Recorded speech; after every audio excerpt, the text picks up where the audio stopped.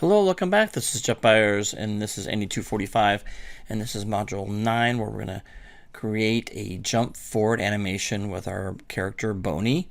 And with this, we're going to look at this particular jump animation. Yeah, I could have had you do a jump up and down. I think I'm going to do that as extra credit for this module, but what we're going to focus on is maybe doing something a little different. We're going to be jumping forward with our character.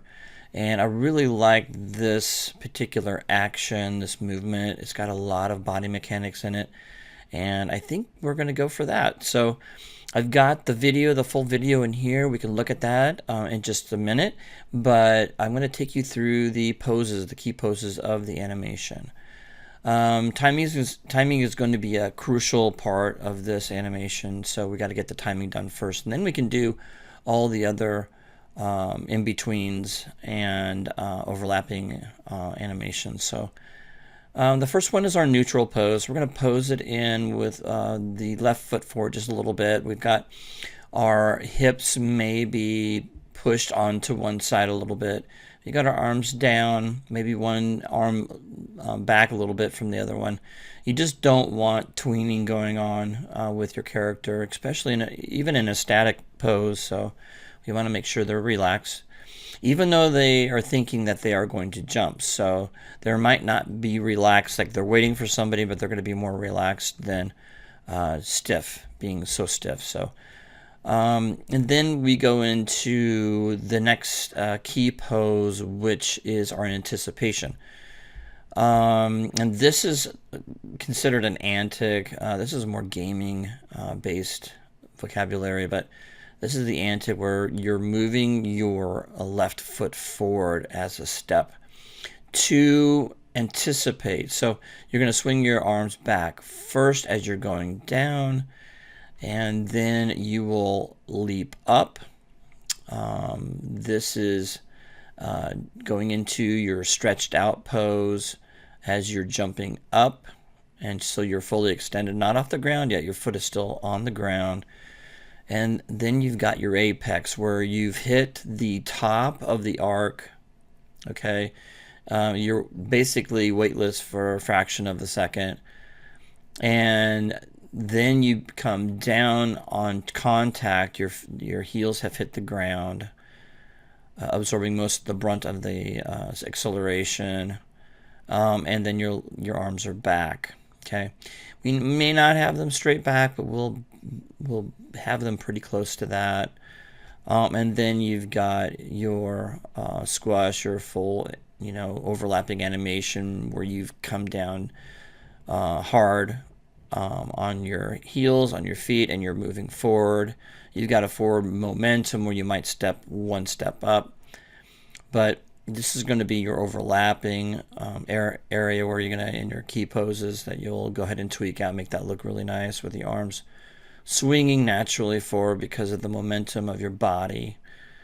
And then a step forward into a recovery pose, back in standing in a natural pose. And you might want to make sure that your feet are a little bit wider than you started, okay?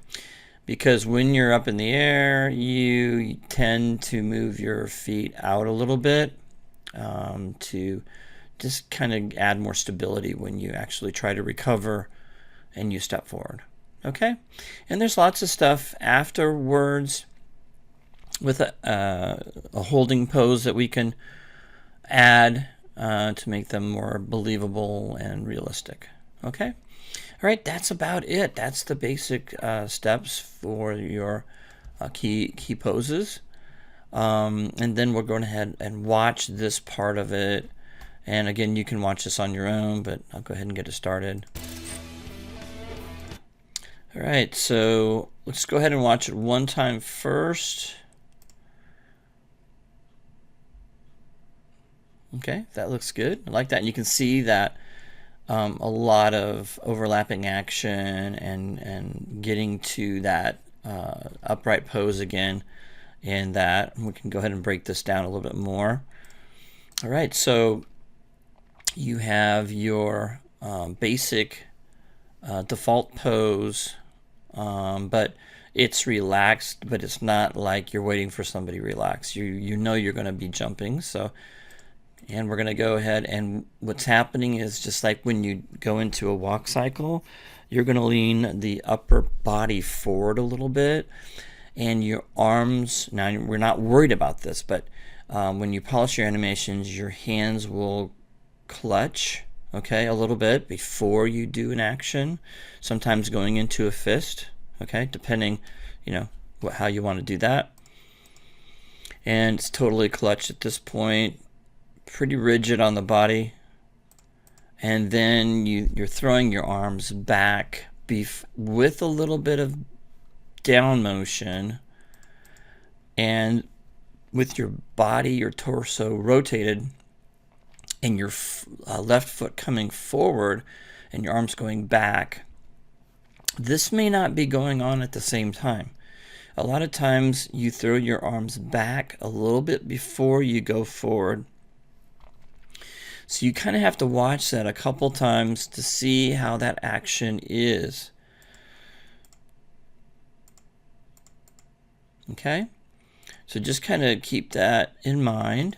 Normally I don't do a lot of work with the arms. I might just get that pose and then work all the rest of the stuff out later. But you see, we've got a holding pose for a little bit here. It's probably maybe 7-8 frames before the character even goes into a bouncing into this. Maybe even longer than that, maybe 12 seconds or 12 frames, excuse me. Before you get into the jump, you can see how this is. And you're going to want to do the exact same thing that I'm doing here to get comfortable with the action. Okay? I'm just moving my mouse just a little bit forward. Okay?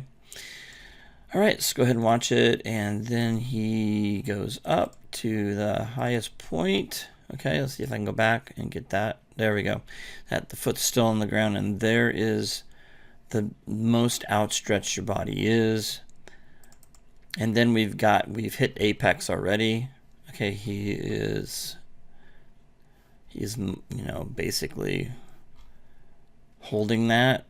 Okay, so you don't want to hold it too much, but you can definitely want to hold it a little bit. And then coming down to the ground and then impact. So we've hit the apex, going up, stretched out.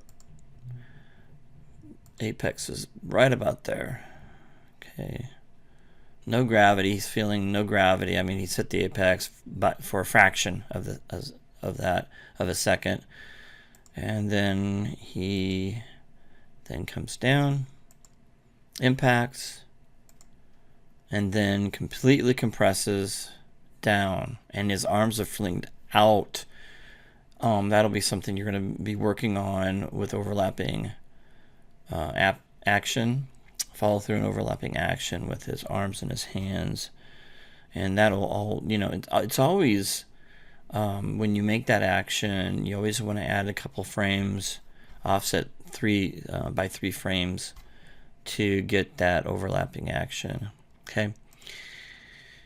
And then he gets up, and he may stay, and he steps forward. That's what we see, a little stepping forward there, moving the other foot forward. This is how you make things more realistic when you're animating. You're adding these little subtle things to the character. Okay? And you can watch this over and over again like I did before you get started. Animating is always a good thing to really know what you're doing and understanding the mechanics of this motion. But I really like this animation. I think it was really well done. And I hope you have fun doing it. All right, we'll get to the next video where we get our character all set up.